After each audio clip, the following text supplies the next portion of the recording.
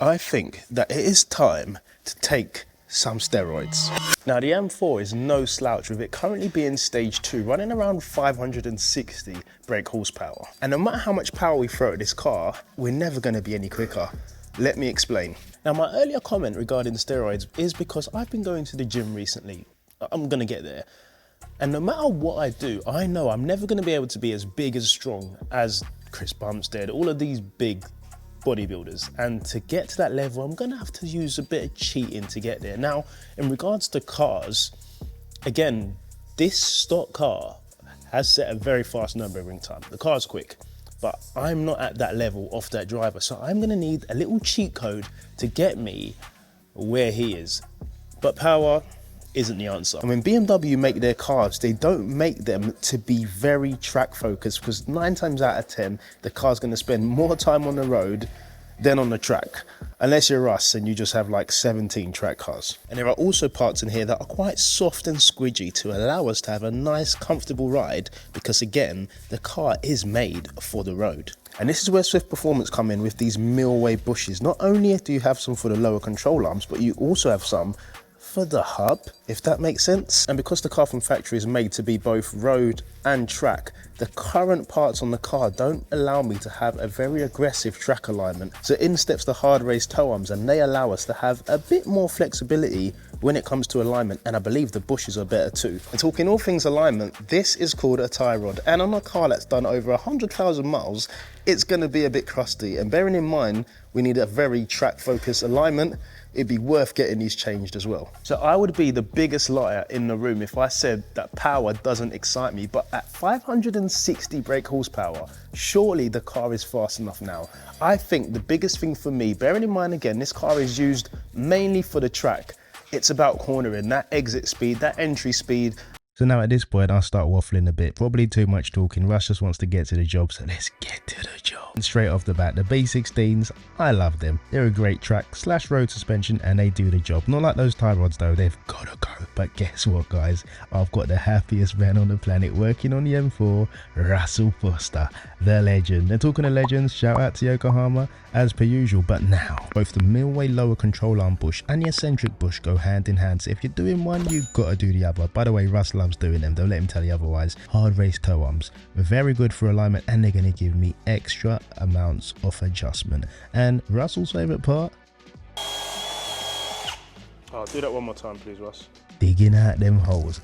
Yeah, boy. And he has whacked in the lower control arm bush, and it looks lovely. Meaning that he can now whack in the eccentric bush, and boy, what a job. He absolutely loves it. And it looks lovely. Of course, everything's fresh. Everything's... What is this geezer? Ross decided to go back to the front and work on those tie rods. First clip, first time? No. Second time?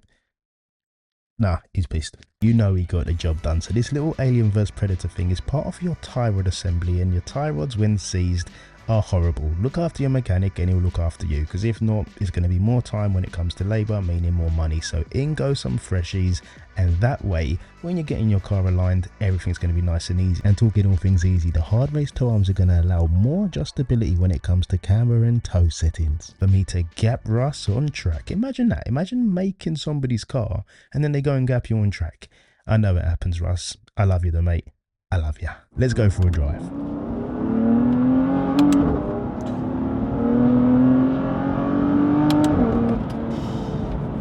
The confidence I have in this beast is unreal.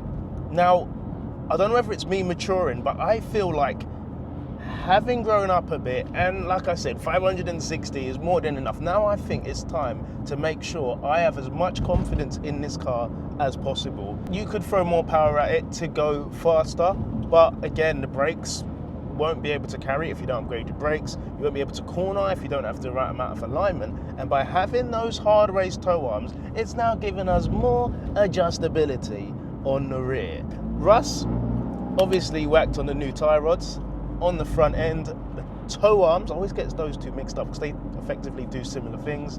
The toe arms on the rear, again, the bush in the toe arms as well is actually better than the standard bush, because I think one side's quite solid, the other side's quite flimsy, where with the hard race, both sides are solid. So we have improved on that side. And again, having the lower control arm bush And of course the eccentric bush means that we're removing that floppiness from the rear, because now these cars are made with comfort in mind. They're not all out track cars. I have pushed the car harder than obviously I am now. It's been about 3 weeks since getting the whole job fitted. So I'm able to tell you that NVH, in my opinion, I haven't really noticed. Again, the car is firm anyway, but the trade-off you get is knowing that your alignment stays consistent. When you are going through corners, the car's leaning and putting more pressure onto the side, the alignment that is set at Swift will change if you have the stock suspension or just move around a bit. But having those solid bushes means that the car is gonna try more, or it will be easier to stay true to the original settings dialed in, if that makes sense. So that is an absolute brainer, and they go as a pair. If you do one, you've got to do the other, because again, Russ loves doing them, and there is a knack to doing them, so make sure that you get them done by the right person. So send them to Russ if you need anyone in the country for that for that. So all of those things combined have given me a car that is ready for track. If we get any better weather than we are currently having here, I definitely will book a couple track days this year. My thing, however, is I want to make sure that I'm not going into track days and then changing it up. I want to get this car to a setup where then I can say, all right, let's go for the track days and knock them all out and then change more bits. I don't want to do one track day, change a bit, another track day, change. So there is going to be a couple mods coming before our first track day. Very, very close, like coming up soon. Are you going to go Range Rover? Are you just chilling? Like, yeah, what are you doing? Waiting for somebody? Oh, you're going straight across. What about you as well? You going straight across as well? Oh, it's your husband. Okay, so yes guys, I'm going to end the video here. Huge shout out to Swift Performance. There's going to be more coming on the Instagram for both myself and Swift, so make sure you go ahead and give them a follow and myself. But as usual, if you have enjoyed this video, please smash the thumbs up, subscribe if you're new to the channel, and I'll see all of your beautiful, handsome, lovely faces in the next one. Take care and God bless.